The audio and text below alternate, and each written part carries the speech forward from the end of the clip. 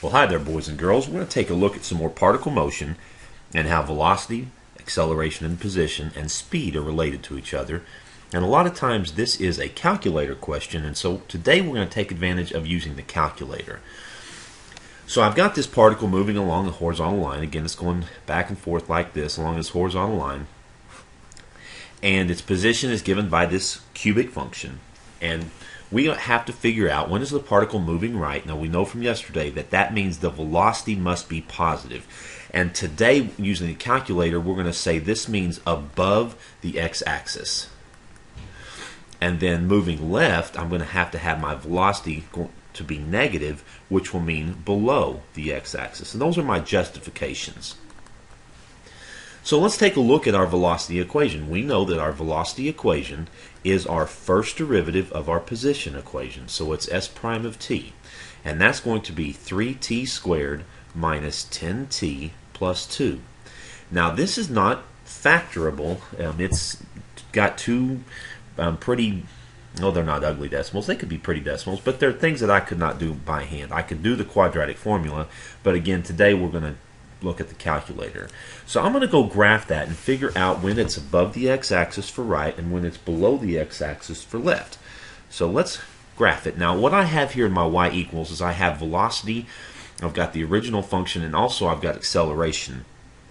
But right now I only have checked my velocity equation. And if you want to check something or uncheck it, if you hit F4, it will check it so that you can graph it. And if you hit F4 again, it will not graph that. So I have all three of those in there, but right now I only have my velocity function checked.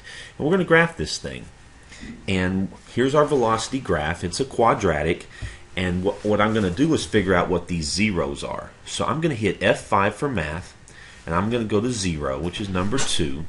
And then my first root looks like it's in between 0 and 1. So I'm just going to hit 0, enter, and then 1, enter.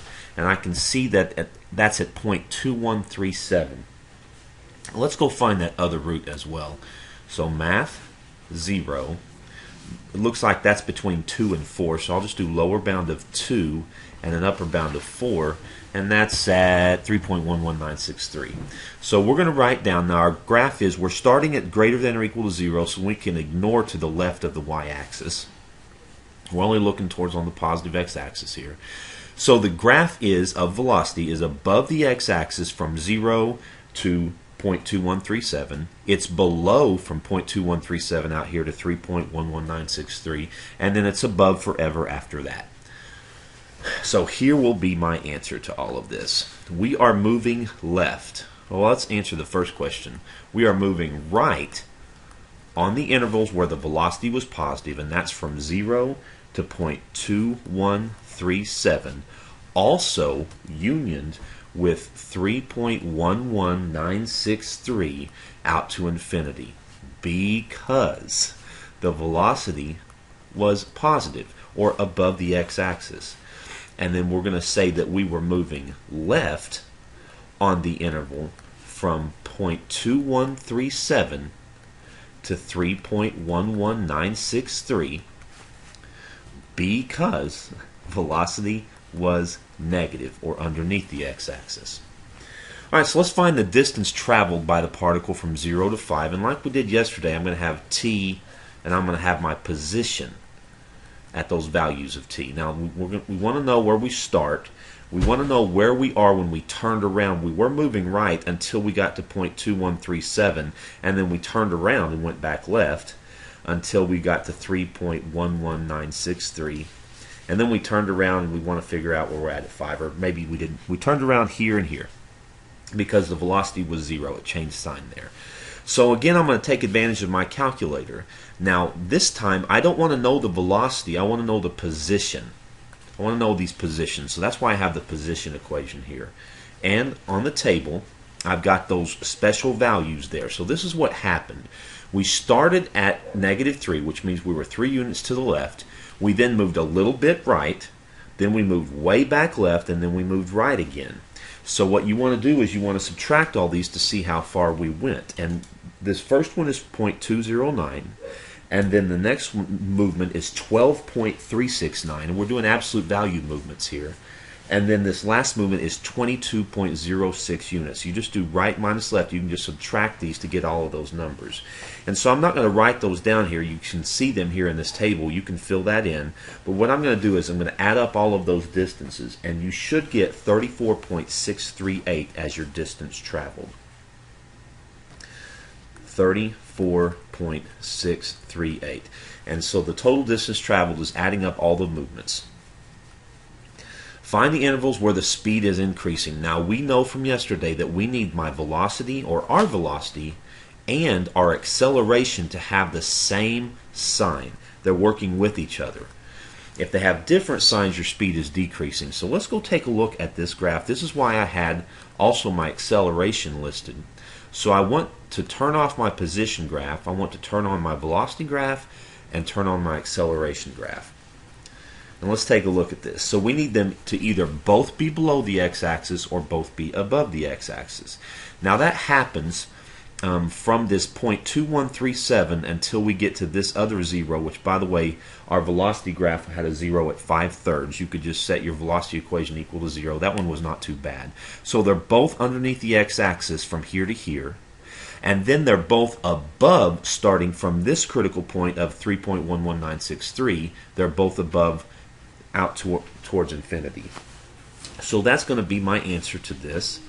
I'm going to say from point 2137 out to 5/3, and then unioned with 3.11, I think it was, yes, 963 out to infinity, because V of t and A of t are either both below or both above. They have the same sign.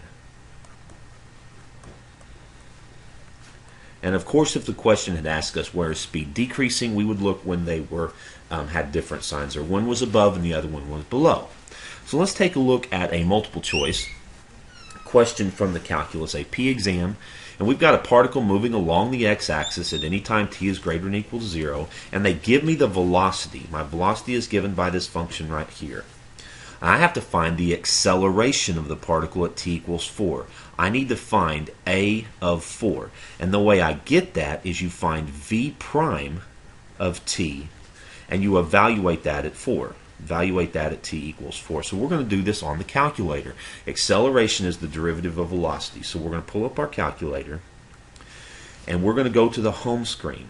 And we're going to go to, you can either hit second 8, which will take you to derivative, or you can hit F3 for calculus and then enter for derivative. And we want to differentiate this function. Make sure you're in radians, by the way, in calculus.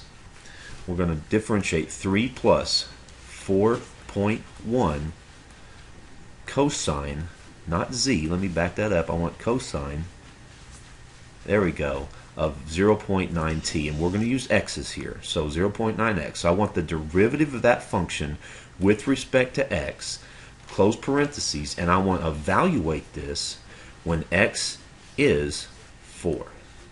And I'm going to hit enter, and I'm missing a parentheses, so what, I need to close parentheses right here. 3 plus 4. I closed on the cosine of 4.x. I didn't, it's not parentheses, I'm missing an x. What happened there? Let's try that again. There we go. 1.6329, which would round to 3 decimal places to 1.633. So that answer is right there. So I will see you guys tomorrow.